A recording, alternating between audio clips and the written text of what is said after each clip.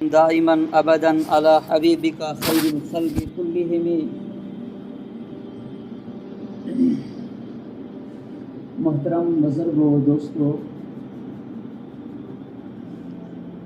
اللہ جل جلالہ عم نوالہ کا لاکھ لاکھ کرم اور احسان اور فضل ہوا کہ جس خالق کائنات نے ہمیں ایک مرتبہ پھر یہ موقع نصیب فرمایا کہ ہم اللہ کے گھر میں آنے والے بن گئے۔ پہلی بات کا یقین تو ہمیں اس بات کا ہونا چاہیے کہ مسجد میں لانا اور مسجد میں نہ لانا یہ میرے مالک کا کام ہے، یہ ہمارے بس کی کسی کی بات نہیں ہے۔ آپ ماشاءاللہ تبلیغ کے ساتھی ہیں تو آپ کا یہ ایک نمبر ہے، اس پر آپ محنت سب سے پہلے کراتے ہیں۔ سب سے پہلے انسان کے اندر یہ یقین بن جائے کہ اور کرنے اور درنے والی ذات میرے مالک کی ذات ہے۔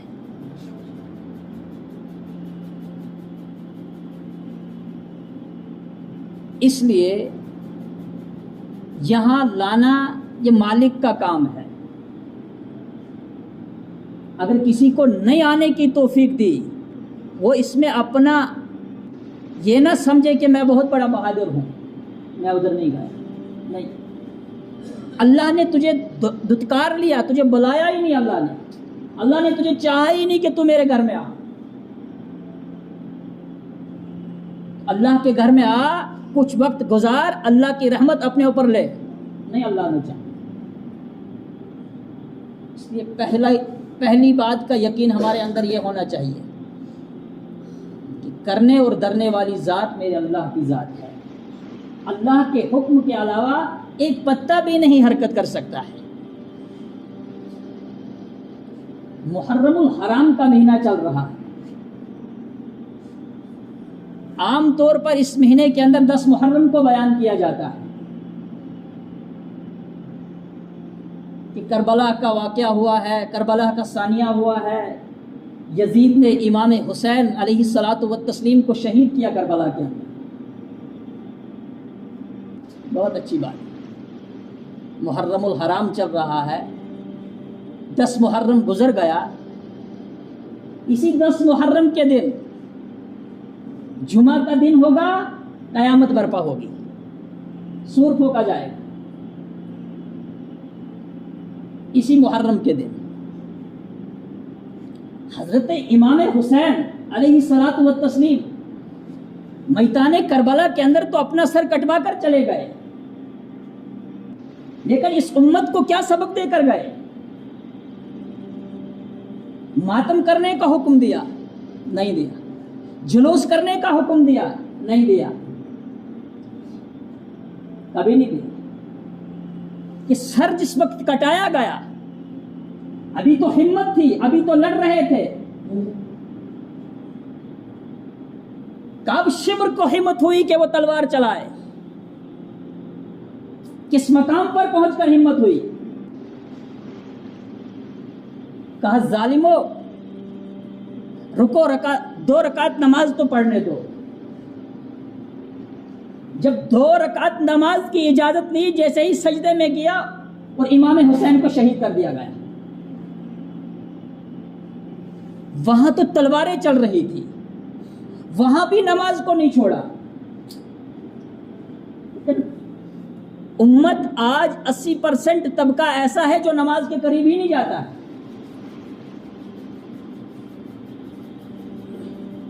پڑھتے ہی نہیں ہے نماز۔ امام حسین کی کربلا کا واقعہ بڑے شوق سے سنتے ہیں، اچھی طرح آنسو بہاتے ہیں، کہ سبق کیا دے کر چلا گیا وہ کسی نے آج تک اپنے دماغ کے اندر نہیں بٹھایا۔ کسی نے اپنے ذہن کے اندر اس بات کو نہیں لیا کہ کیوں سر کٹوایا، کیوں نانا جان کا روزہ رسول چھوڑ کر چلے گئے، کیوں اپنی اماں فاطمہ الزہرا کو آخری سلام کہا ہے، اماں میں جا رہا ہوں؟ کیا بات تھی؟ کیوں کہا رسول کریم صلی اللہ علیہ وسلم کے روزے پر جا کر الوداعی سلام کیوں پڑھا؟ یہاں تو اچھا ماحول تھا، یہاں تو صحابہ رہتے تھے، یہاں تو عبداللہ ابن زبیر تھا، یہاں تو عبداللہ ابن عباس تھا، یہاں تو عبداللہ ابن عمر تھا رضوان اللہ تعالی علیہم اجمعین، سارے صحابی تھے، محبت تھا، آپس میں پیار تھا، اخلاق تھا۔ ہاں یہ بات الگ ہے کہ اس وقت کے حکمران مکہ کے اندر جو تھے وہ ولید بن عقبہ تھے، یہ بات ایک الگ ہے کہ شام سے ایک خط آیا گورنر کو کہ فوراً حضرت حسین کو بلایا جائے اور میرے بارے میں بیعت لی جائے، یہ ایک الگ موضوع چل رہا ہے۔ حضرت حسین نے کیا کہا؟ ایک طرف تو 12,000 خطوط پڑے ہوئے تھے، ان کوفیوں نے جو دغاباز کوفی تھے انہوں نے 12,000 خط بھیجے تھے کہ کل قیامت کے دن آپ کے بارے میں ہم آپ کے نانا جناب محمد رسول اللہ صلی اللہ علیہ وسلم کے بارے میں شکایت کریں گے کہ ایک نااہل انسان ہمارے اوپر حکمران مسلط ہوا تھا اور آپ کا نواسہ رسول حضرت حسین رضی اللہ تعالی عنہ مدینے کے اندر عیش کرتا رہا۔ یہ خط بھیجا تھا، یہ تحریر تھی،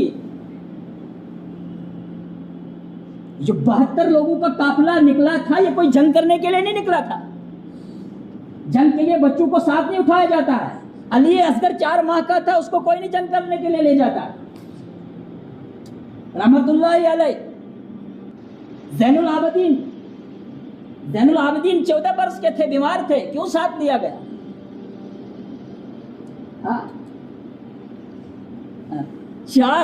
چار مہینے کا بچہ اس اسلام کے لیے قربانی دے کر چلا گیا، 4 مہینے کا۔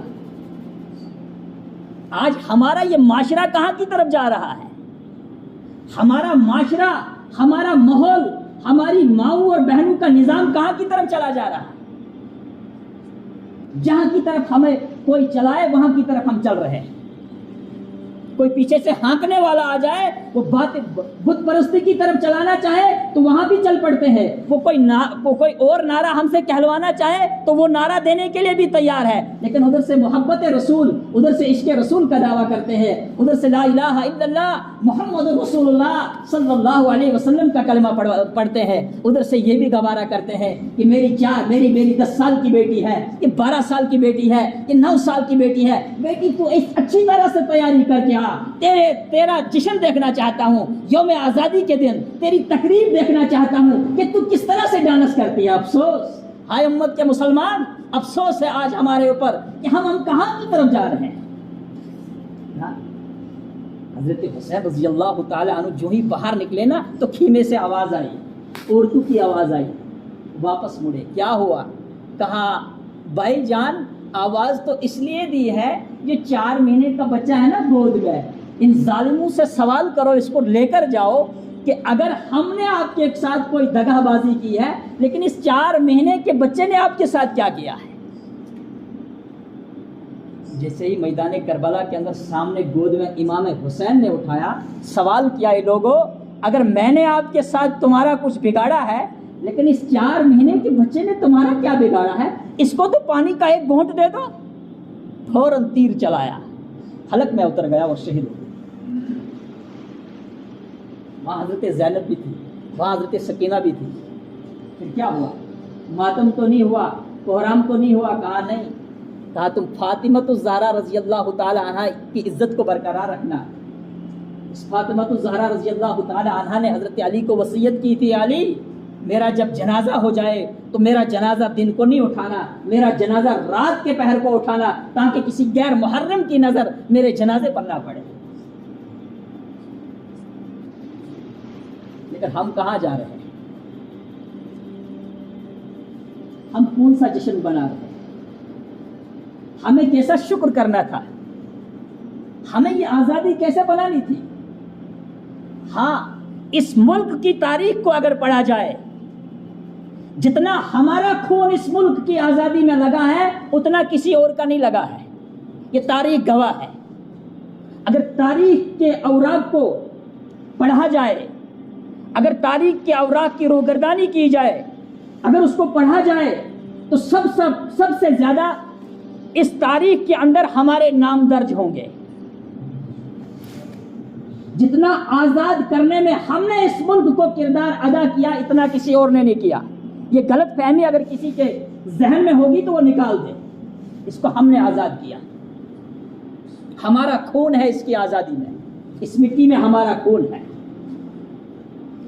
ہاں، انگریز نے کتنا ستایا ہے یہ تاریخ گواہ ہے، اور ہمارے علماء اس کے گواہ ہیں۔ حسین ابن احمد مدنی رحمۃ اللہ علیہ جب انگریز کی عدالت کے اندر پہنچے، کہا مولانا آپ کو پتا ہے کہ آپ نے فتویٰ دیا ہے کہ انگریز کی فوج میں ہونا بھرتی حرام ہے؟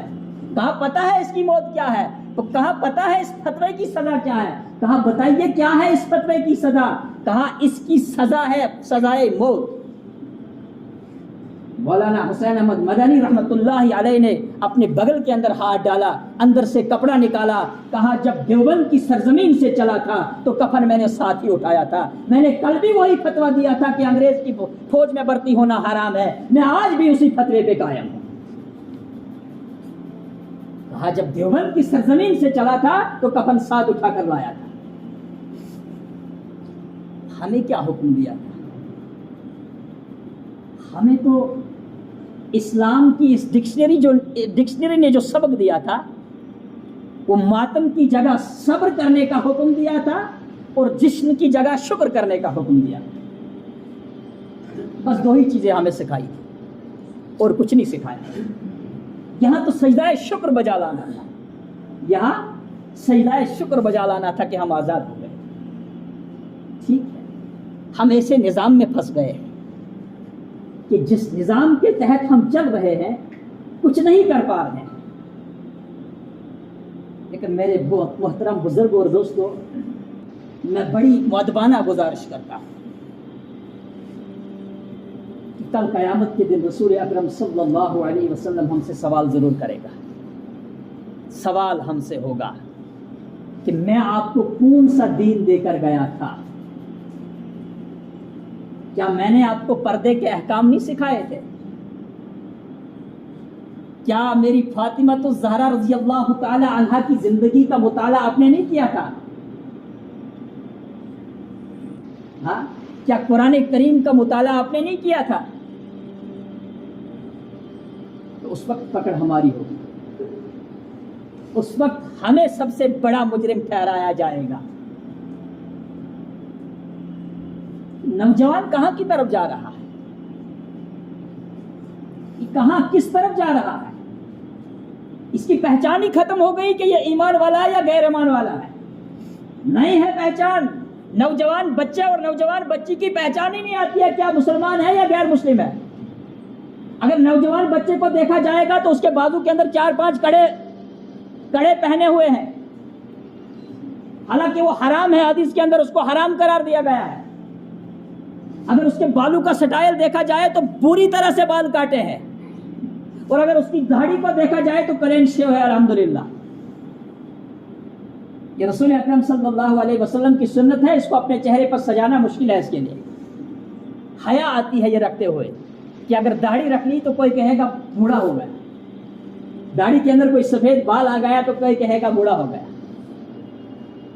کہاں کی طرف معاشرہ جا رہا ہے؟ میرا نوجوان سکن ٹائٹ کے علاوہ کوئی کپڑا پہن ہی نہیں سکتا ہے، اور میری نوجوان بیٹی، میری بہن اتنا تنگ لباس پہنتی ہے، اتنا تنگ لباس پہنتی ہے کہ رسول کریم صلی اللہ علیہ وسلم نے فرمایا کہ جو عورت ایسا لباس پہنے جس لباس سے اس کا جسم پھٹ کر باہر آئے فہی زانیۃ، وہ زانی ہے۔ ایمان والی نسل ایسے ماحول کو بار بار سر اٹھا کر دیکھ رہی ہے۔ جس ایمان والے کو کہا گیا تھا کہ کل المؤمنین یغضوا من ابصارہم ویحفظوا فروجہم ازکا لہم، اے مومنو اپنی نگاہوں کو نیچے رکھ لو۔ حضرت عمر رضی اللہ تعالی عنہ جب عیسائیوں کی حد ہو گئی کہ حضرت عمر جیسے انسان کو کیسے قابو کیا جائے، تو انہوں نے ایک چال چلائی، انہوں نے نوجوان بچوں کو جمع کیا اور انہیں ایسا لباس زیب و تن کرایا، ایسی خوبصورت ان کو بنایا گیا کہ جیسے ہی یہ اسلام کا لشکر آپ کے سامنے سے نکلے گا تو آپ ان کے راستے میں آنا، جیسے ہی ان کی نظریں تمہارے اوپر پڑیں گی، تمہارے جسم اور تمہارے بدن کے اوپر جیسے ہی ان مسلمان لوگوں کی نظریں پڑیں گی تو یہ اپنے راستے سے ہٹ جائیں گے۔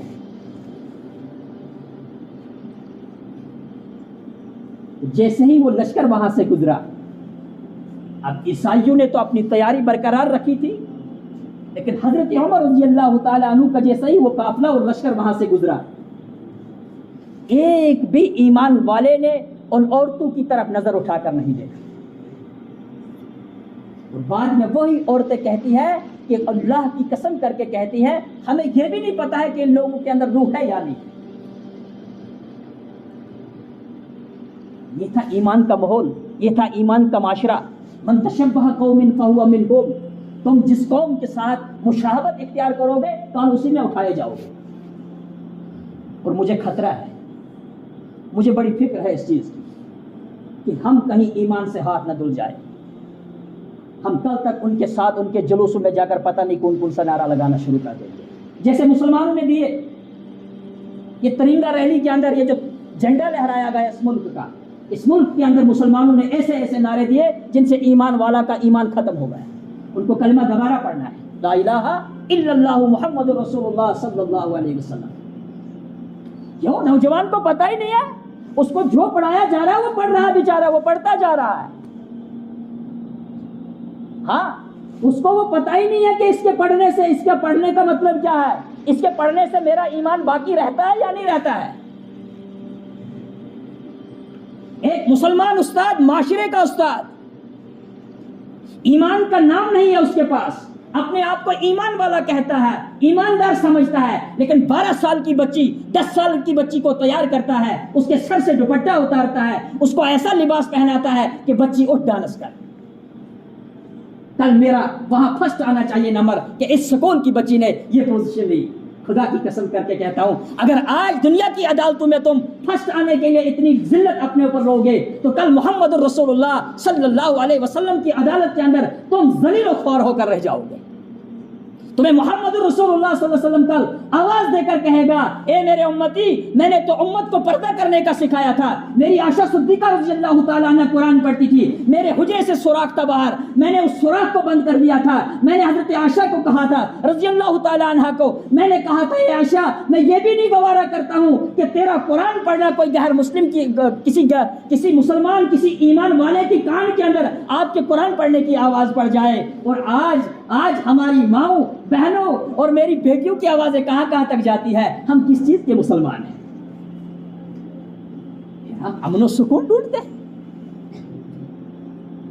یا ایھا النبی قل لازواجک وبناتک ونساء المؤمنین، اے نبی پاک صلی اللہ علیہ وسلم، قل لازواجک، اپنی بیویوں سے کہہ دیجئے، وبناتک، اپنی بیٹیوں سے کہہ دیجئے، ونساء المؤمنین، پھر مومن عورتوں سے کہہ دیجئے کہ اپنے سر کے اوپر اتنی اوڑھنیاں لیے تاکہ یہ اپنے سر کو، اپنے جسم کو، اپنے چہرے کو ڈھانپ لے۔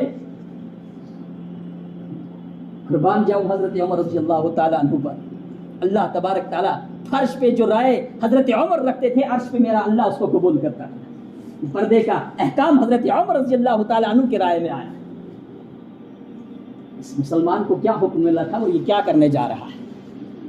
اگر کوئی برقع پہنتا بھی ہے 2 منٹ کے لیے، اگر کوئی پہنتا بھی ہے، اب فیشن کے نام پر پہنتے ہیں،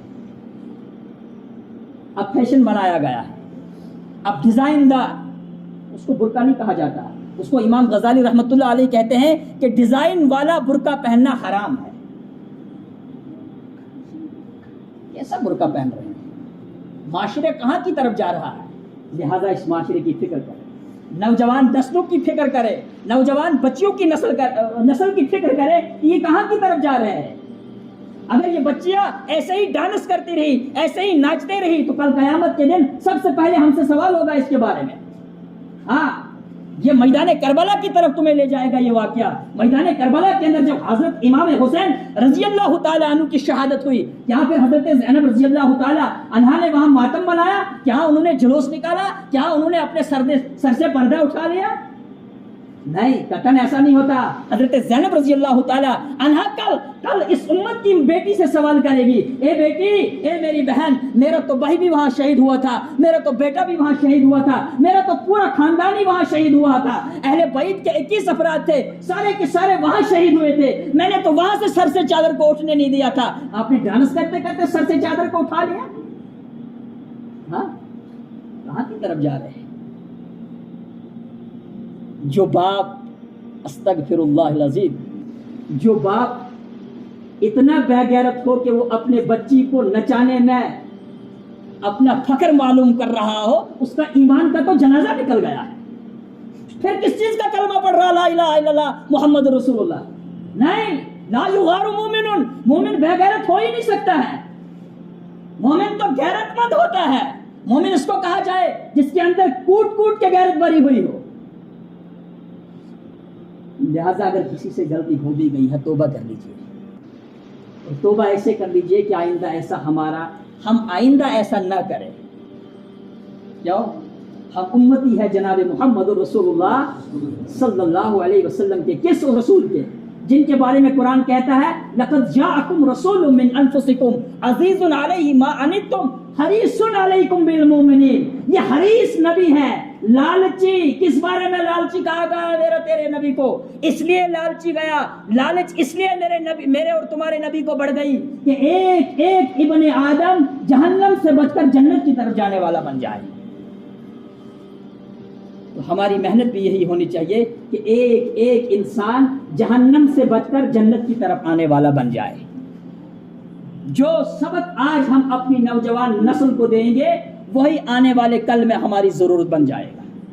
اگر آج ہم بے حیائی کو عام پھیلانے میں مشغول ہو گئے, اگر آج ہم بے دینی کو پھیلانے میں مشغول ہو گئے, خدا کی قسم کر کے کہتا ہوں کل اس سے بھی برا ماحول آ جائے گا, کل اس سے بھی برا حال ہمارا ہوگا.